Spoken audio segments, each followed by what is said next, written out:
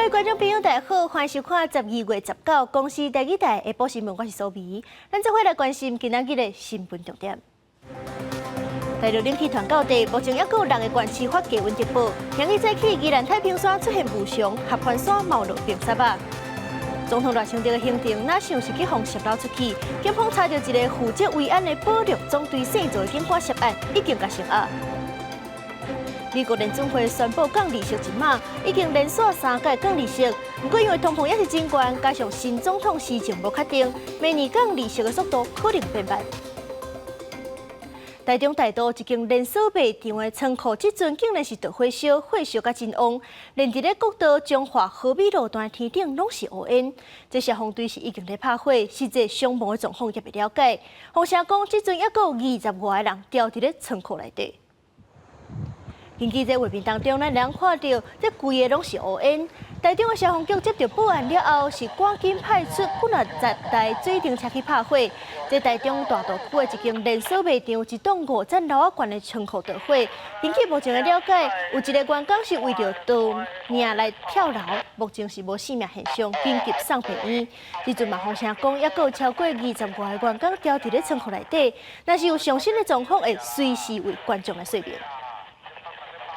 接落来看这今仔日的天气实在是有够寒，因为这大陆冷气团宜兰太平山国家森林游乐区，今日透早就出现雾凇，也若是合欢山是因为水汽无够高，敢若落冰沙啊。根据目前的气象署是继续针对新北、宜兰、桃园、新竹、苗栗，还有金门发低温特报，大家都爱请好收。冷气团落南，透早6点，气温一时降到摄氏零下4度。宜兰太平山国家森林游乐区园区的树花、草坡拢结树霜，规片是白黠黠，互游客感觉真水。于今日的清晨，下起了雾凇，那主要集中的区域在太平山庄以及翠峰山屋等较高海拔的区域。那目前呢，气温约-3度。那没有水汽不足，所以没有下雪的情形，所以呢，宜专一线并未进行道路的管制措施。海拔2000公尺的太平山国家森林游乐区，透早陆续是结树霜，主要伫太平山庄甲翠峰湖区，但是因为水汽无够，无落雪，路面也无结冰。然后合欢山也因为水汽无够，敢若短暂落米雪，受到大陆冷气团落南的影响，透早部分地区低温继续降，亲像透早10点外，离岛的马祖是降到摄氏7.6度，台湾本岛新北的石碇是9.4度，然后台北是12.9度的低温。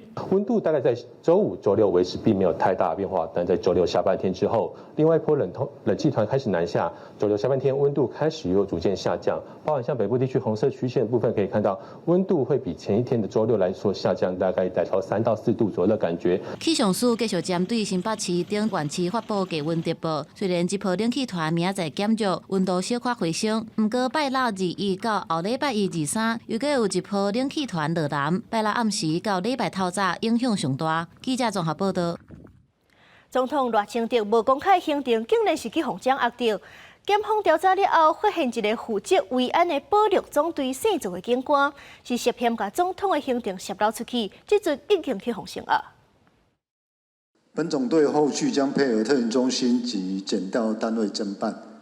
那朝远遭羁押，本总队立即依《警察人员人事条例》第29条第1项第6款规定，予以该员停职处分。那并秉持勿枉勿纵，那依法就办的原则，彻查到底，绝不宽纵，展现净化团队的决心。保六总队表示，这个姓做的警官平常时也是真正常，无违规的现象，即阵是已经去互收押停职。因为这件代志是牵涉到总统的安全，检方是当咧调查讲，这个人敢有去互中国收买去？顶日啦，这宪兵日应赢，才有算官兵，那是不是去互中国吸收，卖军事机密互中国，去互起诉？即阵在这总统身躯边的警官，就牵涉泄露机密、国安问题，引起关注。接落来看这海基会前董事长郑文灿是涉嫌伫咧做桃园市长的时阵收500万的乌洗钱，8月去互起诉。今日是头一届出庭应讯，郑文灿除了否认犯罪，嘛甲这法院发声，叫因着爱公平审理，刑以清白。挂喙暗拢无讲话，海基会前董事长田文灿互人指控，伫做通市长任内，涉嫌透过南口特定区江澳工业区扩大开发案，收乌西钱500万，互人依照贪污罪起诉，8月起诉到今，19头一届出庭应讯。市长这个还好吗？市长，你今天还是跟我无罪答辩吗？江澳扩大案，田文灿等10个人，互桃检认定牵涉到官商勾结，涉贪的情况严重。将大数高站校水文廖俊祥爸仔囝等人，伫进前出庭的时阵，拢坦白承认犯行，甚至转做污点证人。暗过田文灿伫法庭也是否认犯罪。市长还是拒绝认罪吗？白手套认罪了。针对检察官认为田文灿是收钱了后，配合廖俊祥等人正式对外发文，伊答辩表示，处理江澳扩大案的3个原则，列出会议记录拢会当证明。第一是依法行政，第二南口特定区是布定计划，依照营建署行政指导。第三尊重甲信赖当人的都市计划专业判断，强调这毋是伊一个人的决定。伊也话讲，相信经由司法公正的审理，会当洗清冤枉，含伊清白。记者综合报道。2022年3月初6，台中行中街公寓大火烧，造成6个人死亡，6个人受伤。今日一审是宣判放火姓郑厝脚判无期徒刑，也若是甲这物件顶甲规世界姓曾的厝主是判关7年。台中市行中街7楼徛街2022年3月初6发生大火，造成6死6伤的悲剧。因为姓郑的男厝脚不满伊伫咧房间饲羊，互姓曾的厝主骂，叫伊搬厝煞生气来放火。而姓曾的女性是囥一大堆杂物，造成逃生也有救灾困难。台中地院审理2年外19一审宣判，郑姓查甫人无期徒刑，体罚公权终身。姓曾的女性是按公共危险等罪判7档，专案各当上诉。当时的厝脚丁前是到现场来听判决，表示尊重司法。生活也好啦，或者是一些受伤啦，一些精神赔偿。我们现在主要诉求是就这样。那至于说他们犯罪的结果，当然是由法院来给他们应有的惩罚。丁前是讲，伊因为吸入性砸到，也佮甲窗仔弄破的时阵，脚目受伤，致使失业。到今敢若会当带朋友的厝做散工来维生。即卖已经提起刑事也佮民事的诉讼，希望量早摕到赔偿，恢复正常的生活。转来到事发现场，厝边讲姓曾的厝主也是一直咧藏物件，环保局敢若会当清除公共空间的杂物，对厝内物件是无依法，烦恼同款的代志会佮发生。希望市政府可以把他这些东西处理掉。真的，有时候人家走过去丢烟蒂，真的我们住在这里的人都很怕第二次伤害。因为室内跟楼上它涉及到公寓大厦管理条例的部分，那一块的话，环保局是没有办法进去啊。强制清除大概有23次。台中市府2019年开始，就对姓曾的厝主裁罚35届，强制清除顶仔卡也有防火巷23届，累计的罚单超过20万块。都发局嘛打出公告，明年开始迄间公寓纳入公安检查申报的范围，若无申报，会当按建筑法规划所有权人6万到30万的罚款。刑期无改善，阁会当连续处罚。记者综合报道。国内是发生今年头一站出门伫咧病院内底烧毁案件，包含去越南探亲回来带病入境的病例，也佮有病院别的患者的家属、护理人员，也佮有清洁人员，计共有4个人着病。另外，也佮有一个甲带病者坐共一只飞行机的旅客嘛确诊。目前也佮有152个接触者当咧监测当中。国内出现今年第一件病慢诊群组，疾管署10月公布新增加4位慢诊确诊病例，包括3例国内感染加1例境外移入，其中3例国内感染的是进前公布越南探亲境外移入的中部40几岁男性，伫病接触的陪病家属，也有病的护理人员、清洁人员。另外一位境外移入的个案是甲指标个案坐共一班飞机的旅客。这个一个群聚的一个事件呢，到目前为止，包括指标个案，总共有5人的一个确诊的一个个案。那目前的接触者呢，包括医护人员，包括同班机的一个旅客，那大概有152人。那这些人呢，我们都会持续在追踪当中。那这个群聚事件呢，我们会持续监测到1月5号。对这边病关注，疾管署甲地方政府卫生局在设到这间病一个轰炸，建议病加强相关监控措施，同时建立员工自主健康监测机制，停办年底以内大型活动，办以内麻疹感染管制教育训练等防治作为。皮肤科医生讲，麻疹传染力正强，会让对空气甲水暖传播。常常看到的镜头包括脑痛、发烧、流鼻水、咳嗽，一个目睭感冒炎。因为在密闭空间呢，它传染速度是非常快的，所以假使没有打过疫苗的人，事实上其实只要接触这个有麻疹的人得到之后呢，他感染的机会是非常高，一个人就可以传染到将近20个人这样一个速度。医生提醒讲，高风险族群包括幼儿、有生的妇女、是大人，一个免疫力功能较歹的民众，得到麻疹了可能会造成肺炎、脑膜炎。死亡率要加10%，因若预防麻疹，除了爱避免去人侪所在，也爱管水安，降低感染的风险。记者综合报道。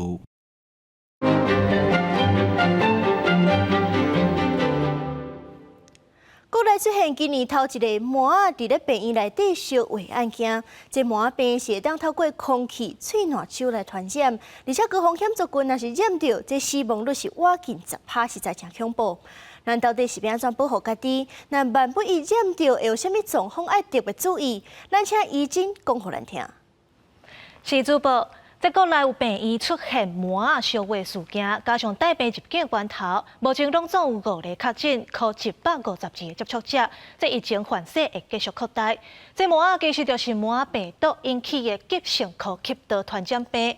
一开始的症头咧，和感冒是马共，包括发烧、鼻仔炎、红目痍、酷嗽等等。这个症状咧维持3-4天，就会开始出麻。这个时阵是病情上严重，规个人会卖烧甲真厉害。续落来，过3-4天，麻就会退掉啊，这身躯嘛会开始退烧。要注意的是讲，有5%到10%的患者咧，可能是因为细菌或者是病毒去中和感染，会出现肺炎、脑炎一个并发症。这麻有影是真够痛，会当透过空气甲喙暖手来传染。伫咧空气当中的麻病毒咧，伫2点钟内拢是有传染力的。所以你若和患者踮同一个空间，无论时间长啊短，就算患者已经离开现场啊，你嘛是有可能会去过着。为感染着病毒开始到出麻，差不多是7天到18天的时间。这平均14天左右，拢需要继续来观察。要买着麻病毒的人，这世人都免疫啊！若唔捌得过的人，有啥物方法会当预防呢？上简单、上直接的，就是去做预防针。咱台湾针对出世满12个月，抑阁有满5岁以上到读国校以前的囡仔，拢会当去做一剂公费的 MMR 疫苗，会当注射。另外，伫咧1981年以后出世的成年人，因细汉做疫苗抗体保护力有可能已经退啊。若准有要去麻流行的地区，就会当自费佮做一支预防针。即阵寒人温度较悬，真侪病毒拢开始传。毋但麻逼出病院烧化，台北市某学校出现8日扫烧化的情形。提醒乡亲毋通因为症头和感冒同款，就去牵着就医的时间。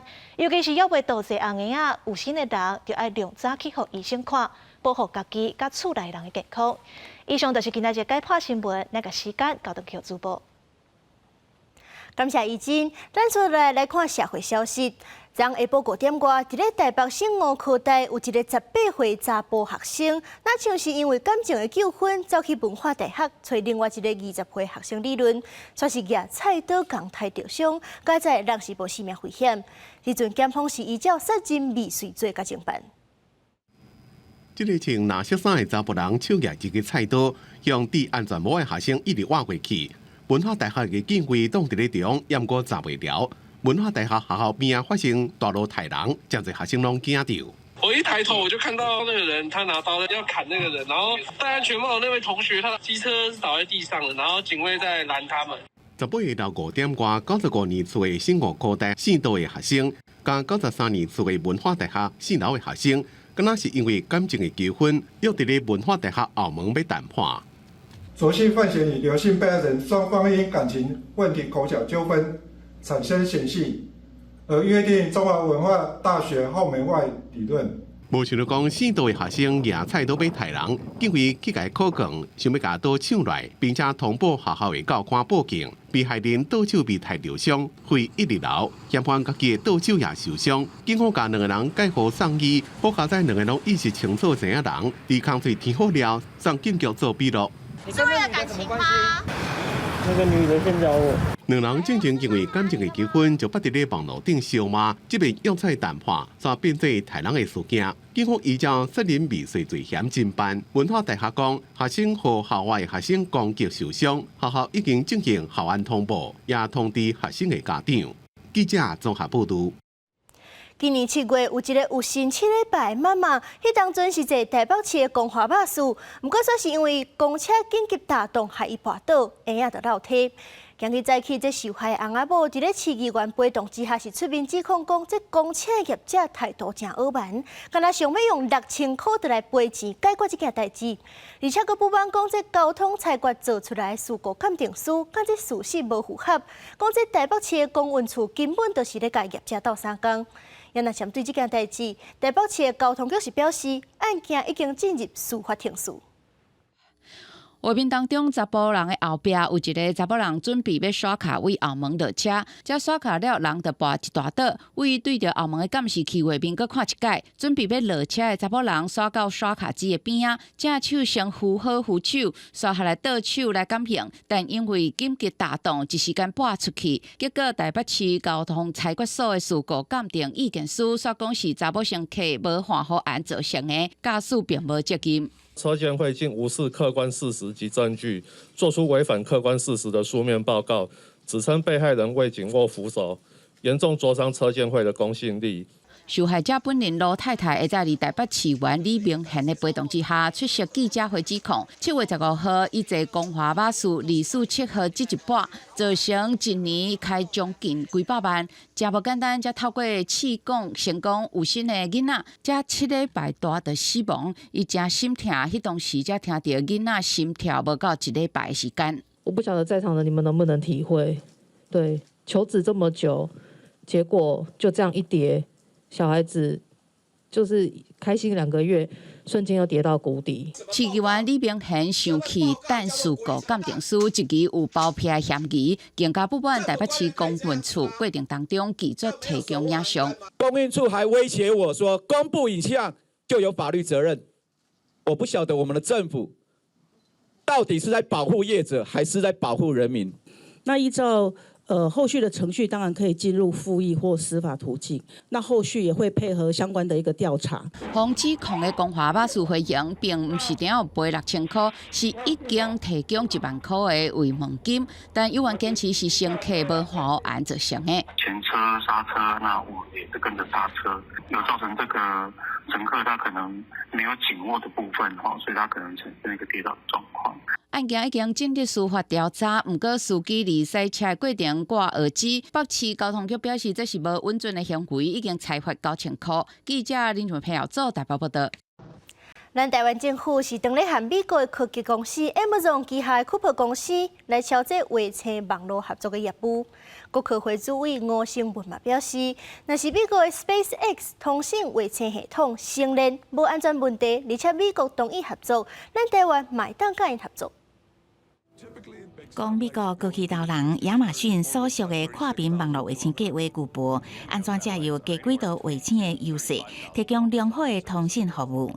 因为俄乌战争期间，低轨道卫星的星链，和乌克兰维持网络通信，真受各界注意。为了防止强军遭到咱台湾的通信，国科会主委吴成文接受外媒专访，提起台湾会甲美国科技导人亚马逊协谈卫星网络合作。6G 无线通信的这个产业，现在全世界都在竞争当中，但是要建构低轨卫星链这个是需要非常庞大的资金的投资，所以我们一定要跟国际来合作。我们是希望也能够整合我们的晶片台湾队。原本欧洲来说是 OneWeb， 但是 OneWeb 来讲，好像它的财务跟发展状况一直不是很好，所以现在大家在寻求的是另外一个可能可以合作的方向。对这代志，数位发展部长黄彦南证实，最近亚马逊所属的跨屏网络卫星计划巨擘有主动联络数位发展部，双方经由视讯会议讨论未来合作，也加伫台湾建立地面站的可能性。像这个它那个服务要落地，很多是要经过我们数发部，包括这个频谱啊，它等于是先跟我们让我们了解他们的未来的一些方向，然后当然就是说。我们能乐观其成啊，那将来我们会协助他们在台湾提供服务。因为吴成文也对外媒讲，总统赖清德任内，台湾当年要投入300亿发展主权 AI， 希望加强甲美国总统当选人川普的合作。因为成年的头家马斯克伫中国原来有投资，嘛甲川普关系真好，外界好奇未来是毋是有可能甲成年合作。对这代志，吴成文是讲，只要成年有安全，也甲美国政府同意，也会当合作。记者综合报道。美国联准会18时宣布降利息1码，已经是连续3届降利息。不过，这通货膨胀的比率也是比目标较悬，而且Trump就职了后是变做施政，有愿有可能会影响到经济，所以讲这联准会降利息的速度有可能会变慢。联准会决定要降利息1码，导致面对通膨抑个利率展望就变做更加悲观。美国股市10月创今年第2大跌幅。道琼工业指数跌1123点，连续10个交易日下跌，是1974年以来毋捌看过超长连续跌势。标准普尔500跌破6000点，是8月以来上低。纳斯达克跌3.6%，是5个月以来上大的跌幅。这天，联准会主席鲍尔再一遍强调，美国央行伫咧考虑进一步调整利率政策时阵，会更加谨慎。Inflation has eased significantly over the past 2 years, but remains somewhat elevated relative to our 2% longer run goal. The economy is strong overall and has made significant progress toward our goals over the past 2 years. The labor market has cooled from its formerly overheated state and remains solid. 这是联准会今年最后一遍决策会议。官员以11票对1票，将联邦基金利率降到4.25%到4.5%目标区之间，就如外界预期的，联准会伫咧过去2年是用升利息来解决通膨，并且伫最近开始降息来刺激经济需求，并且支持劳动市场。但是过去几个月以来，联准会升利息的手段并无法度有效控制这种已经偏离维持通膨2%长期目标的情形，也互人正担心美国央行对抗通膨的战争也未结束。公司新闻黄文玲编辑。转来关心国内消息，高雄又有建筑工地造成人行道落落，这地点是一个美术东义路的建案，因为这连续壁破空，造成人行道甲围篱啊落落放弃。这市府是已经下令建商停工，交罚交办。怪手将起去搁落落的所在土石挖出来，准备重新回填。高雄美术东义路一个当地起的建案，18下晡因为基地连续壁出现包泥破空，造成建案头前的人行道路基崩落，就连建案边仔围篱的所在，嘛有一点仔起落落落。虽然土木技术工会等单位勘查了后，确认无马上的危险，但民众也是真烦恼。毕竟常带小孩在这附近这样子绕来绕去啊，那也会担心，就是会不会影响这边的安全疑虑。为着监测人行道崩落的状况，美术东义路19透早阁有部分封起来，但崩落的所在已经有回填安稳图。大村建案边仔落落的所在阁伫处理。前一天奉下令停工的建案，工人继续紧急做连续壁外口的止水桩。建管处透早到现场勘查，并会以建筑法对建商开罚9万。我们会带由他提出复工的补强计划，以及现场紧急的补强施工完竣之后，我们会择期邀集相关工会技师来做一个现场的确认。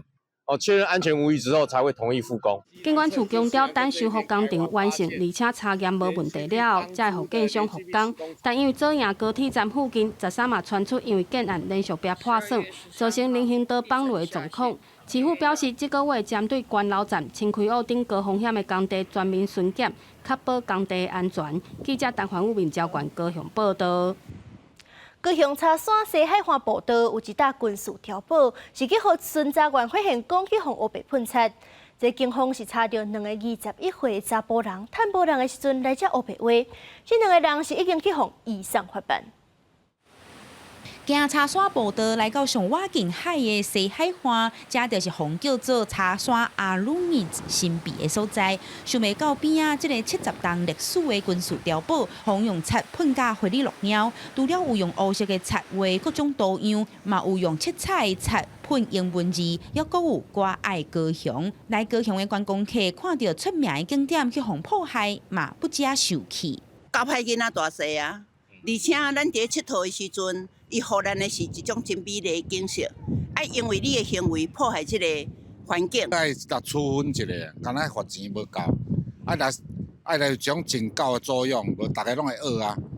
遮水的风景啦，画甲安尼足歹看呢，足无彩呢。寿山国家公园的巡查员伫咧11月底巡逻的时阵，就发现碉堡去互喷漆，警方调查山八卦机监视器，发现有2个查甫人对轿车落来，搁炸一袋物件行入去碉堡，真有嫌疑。顶礼拜就伫咧桃园甲高雄掠到这2个21岁查甫，伫咧其中一个人厝内底嘛找到7管喷漆的管仔，2个少年人拢移上法办。它本身它就有原先的功能跟原先的样子，那现在目前被人家在上面涂鸦，我们希望就是后续我们会再处理让它恢复到原先的样子。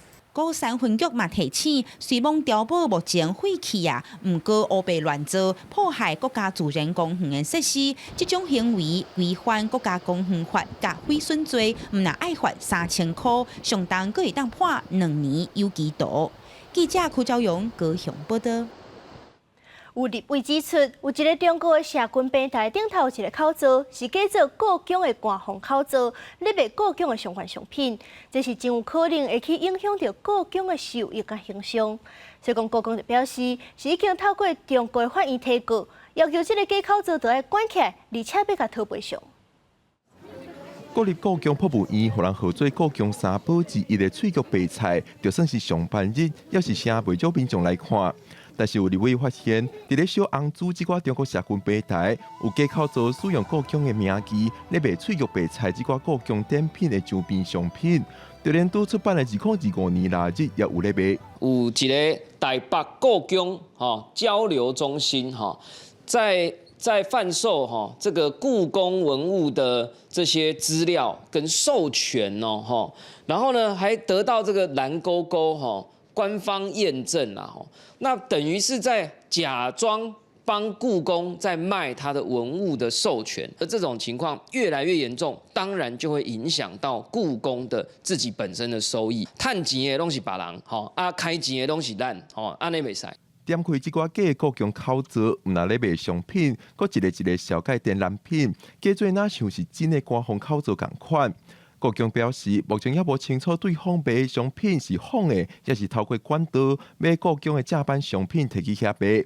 这部分目前正在查证。阮想办法要去甲迄册买转来检视讲，这是毋是阮的产品，还是讲伊个去仿冒的，用台北故宫的名义来对外宣传，阮也是感觉足头疼的。感觉这个部分，阮已经有采取用法律的手段要求对方的厂商爱赔偿。故宫表示，因上早为2021年7月开始，就发现中国社群平台顶有人咧用故宫的名义经营口罩。故宫讲，当然透过法律手段，伫咧中国的法院提起诉讼，要求对方甲口罩关起来。无名诈骗的部分也要求赔偿。目前相关的诉讼正在进行，要来等待判决结果。记者阮林玉凯台北报道。宜兰罗东甲东山这寡乡镇的免费观光巴士，伫咧罗东转运站起好了后，单车所在犹原伫咧外口，无刷入去转运站内底。民众就讲，安尼是要搬车真无方便。罗东镇公所就讲，这款免费的观光巴士无专用的月台，若甲其他的业者当作用是无解损失。也若是县府是解释讲，这免费的观光巴士车帮较少，而且佫有其他原因，这加起来极计上济是间人开放第1甲第2月台服用。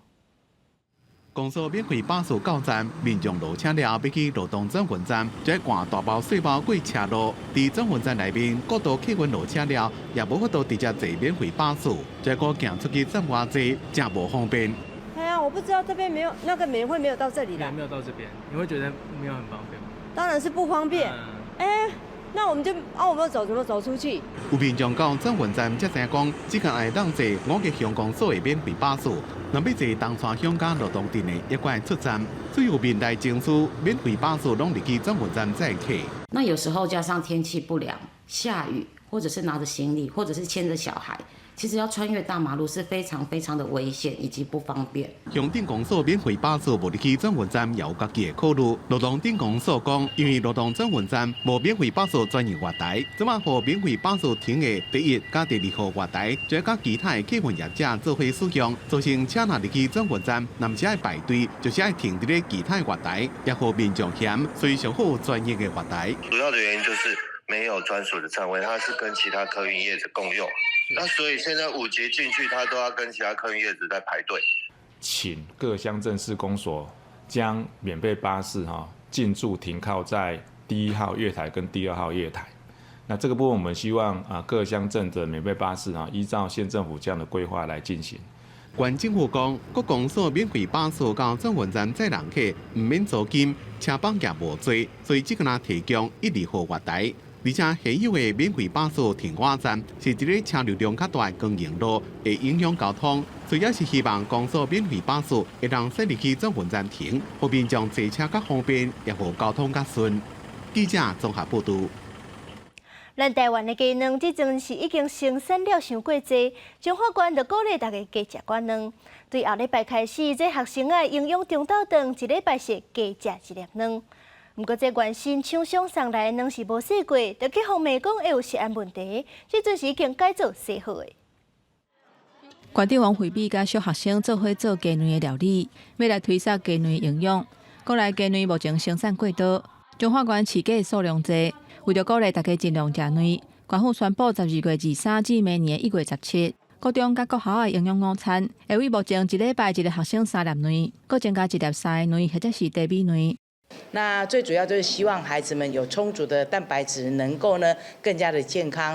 是这去德东国小的中央厨房，营养师准备甲鸡卵饼送入去烘箱。伊赞成每一班拢增加鸡卵，不过进前敢若提供牧场的卵，惊会有鸟仔屎等等污染的物件，较会有食安的问题。向县府甲厂商反映了后，即卖会改做提供洗选卵。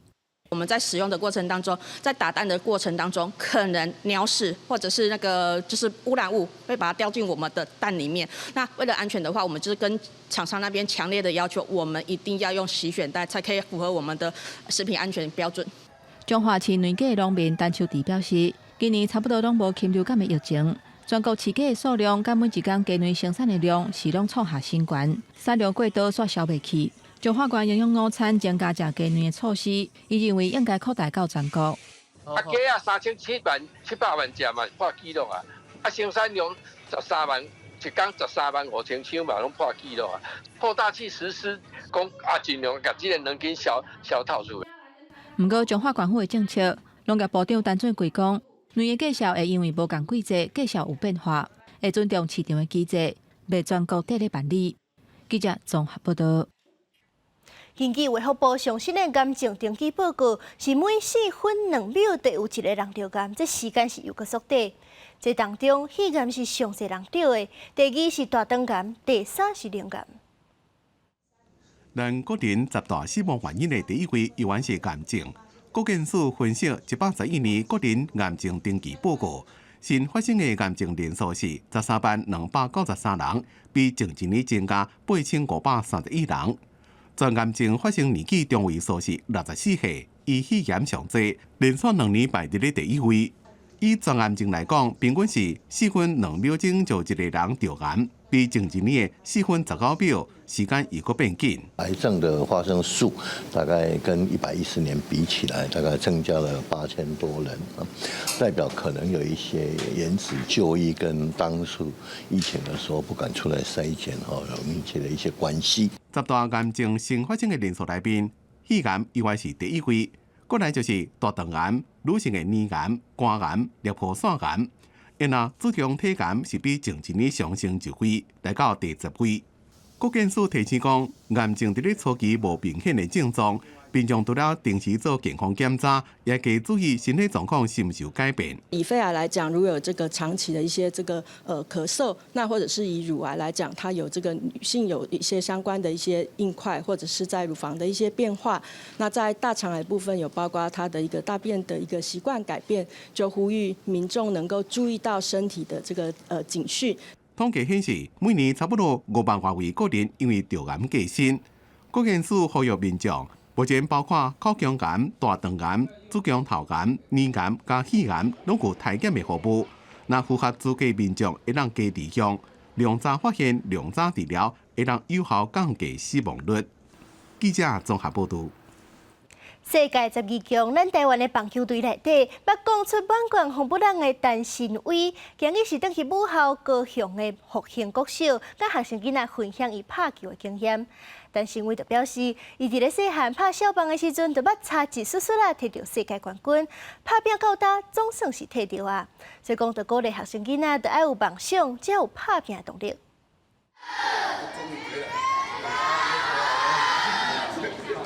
复兴国小野球队的囡仔伫咧校门口迎接校长陈信伟恭迎倒转来，伊伫咧世界12强赛对韩国迄场，捌讲出关键的红不让，学校嘛感觉真公平。陈信伟的老师杨婉玲替伊批结出校友的红彩带。杨老师讲，陈信伟伫咧国小的时阵，人生做细粒子，毋过力头真把，迄阵也捌代表台湾去拍世界小棒赛，就有真侪中学的球队。注意到伊的好球技，每次比赛回来就会先去找护士阿姨，那护士阿姨就会问他们说：“啊，又输了哦？”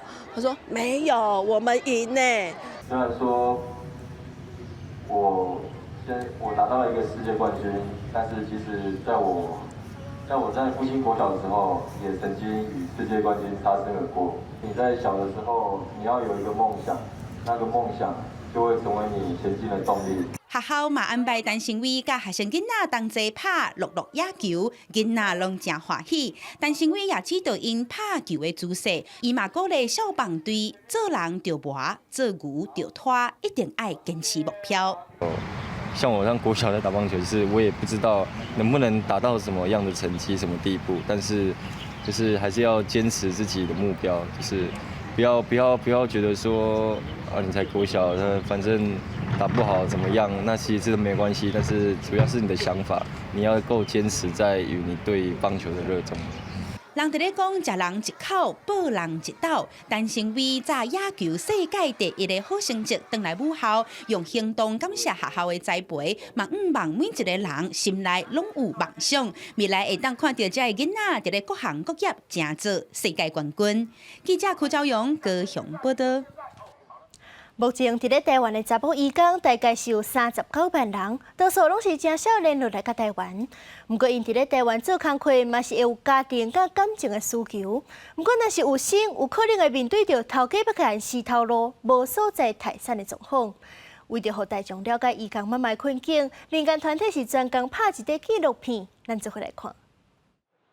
Malam ini sama sama emak sama kakek nanti cuman buat mama ya. Bilang sama nanti mama cepat pulang. 纪录片内底，移工哪流目屎，哪甲囡仔揽条条对伊讲话。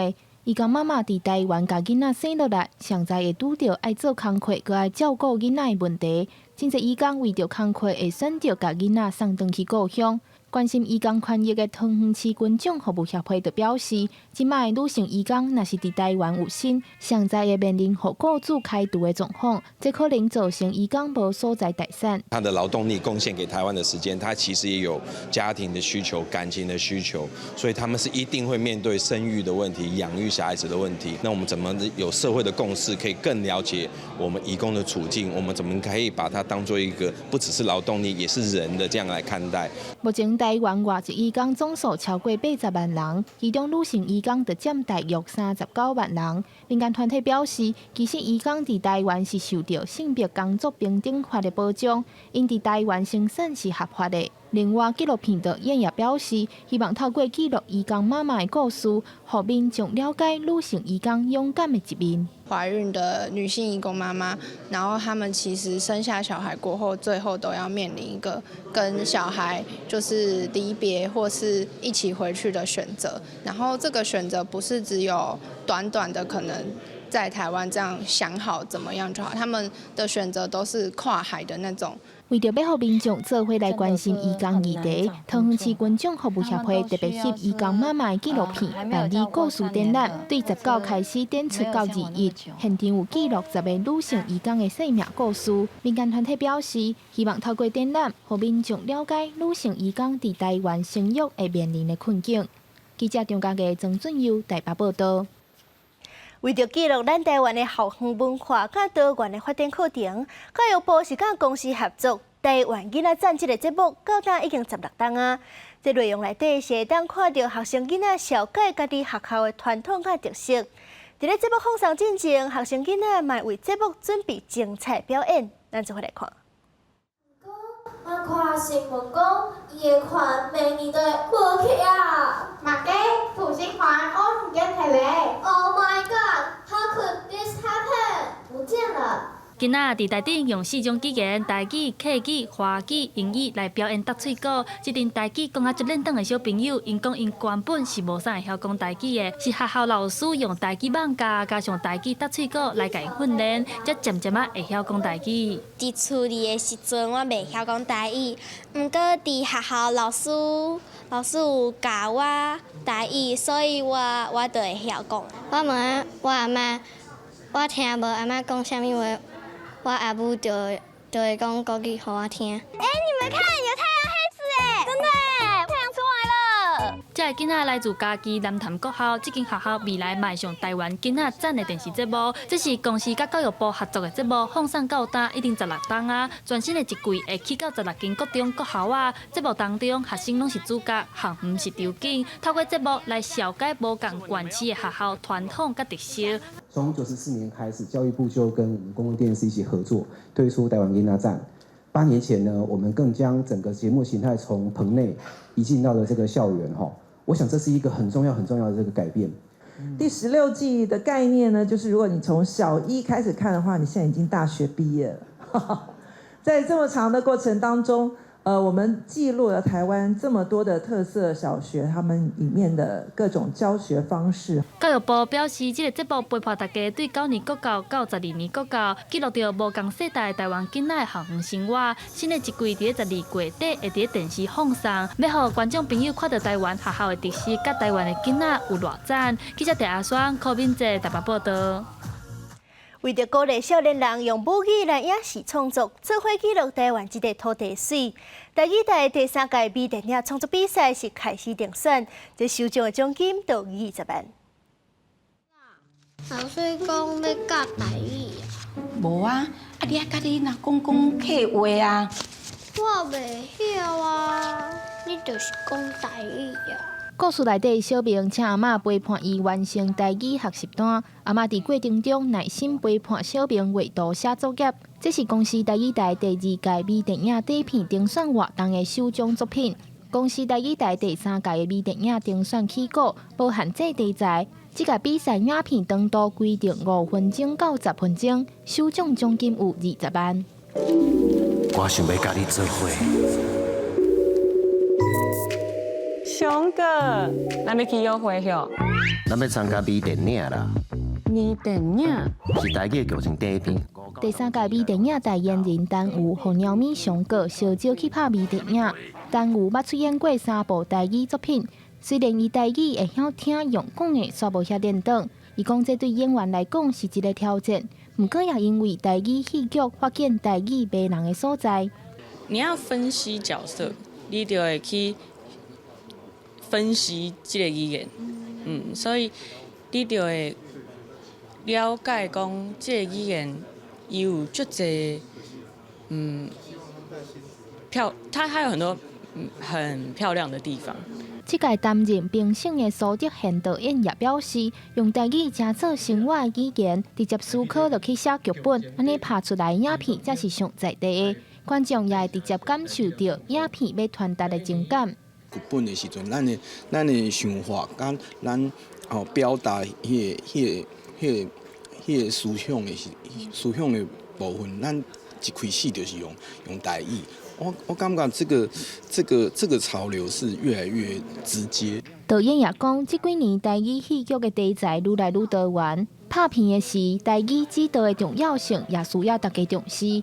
伊认为透过亲像这届微电影比赛，鼓励少年人用母语甲影像记录身躯边的故事。第3届微电影底片定选对12月18起稿，希望愈来愈多人做伙用台语微出好故事。记者张家嘅曾俊佑台北报道。耶诞假期就要到啊！法国要伫咧凡尔赛宫举办一场复古的舞会，就爱穿顶世纪的礼服，带大家回去上届繁华1920年代。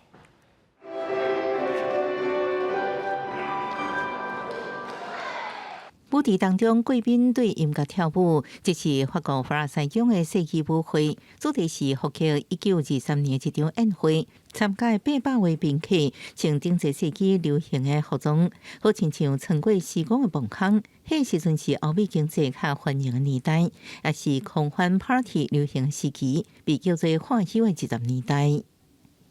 Parce qu'en entrant au château, même si moi j'y suis allé plusieurs fois, j'avais l'impression de le redécouvrir aussi un peu. Donc, c'est une autre ambiance. 除了跳舞，现场也有歌剧甲劇琴表演。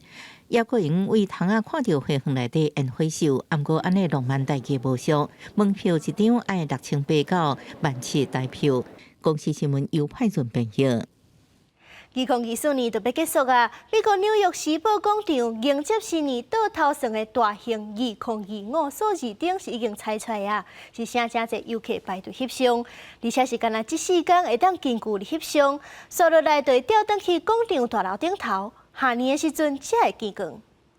4, 3, 2, 1, Happy New Year! Yay! 2025 is here in Times Square. 听到这种话声，到时阵伫跨年时阵绝对更较闹热。美国纽约时报广场跨年倒算活动大型2025数字灯，已经伫46家甲47家中央的博览会开始展示。活动单位当日办活动，替大家来练习倒算。Today we are revving up the countdown to the new year, and in just 13 more days, the eyes of the world will be focused atop One Times Square when the famous ball drops and these numerals light up at midnight. 这个数字总重量545公斤，上大数字是0，是164公斤。4个数字拢总620粒 LED 灯，数字2有145粒灯，数字0有164粒灯，数字5有166粒灯。They're going to be out for the next 4 days, and you're basically able to get up close and personal and almost touch them. 一寡游客排队等要加2025翕相，有人用跳舞的姿势，有人是大风伫烧针，还有人规家伙出动，透过大门也是做贺卡。预告新的一年就要来啊！23透早数字灯就会搬走，挂伫广场的楼尾顶，伫跨年夜正式倒算点灯。公司新闻吴文玲编译。下半部的天气安怎变化？咱来看各县市的详细资料。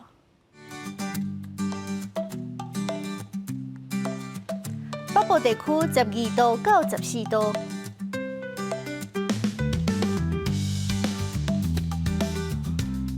中部地区12度到17度，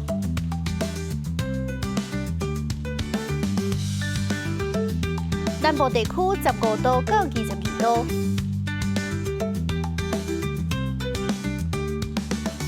东部地区13度到20度。外岛地区10度到17度。感谢您收看今日公视第2台下晡新闻，我是苏眉，咱明仔载下晡3点再相会。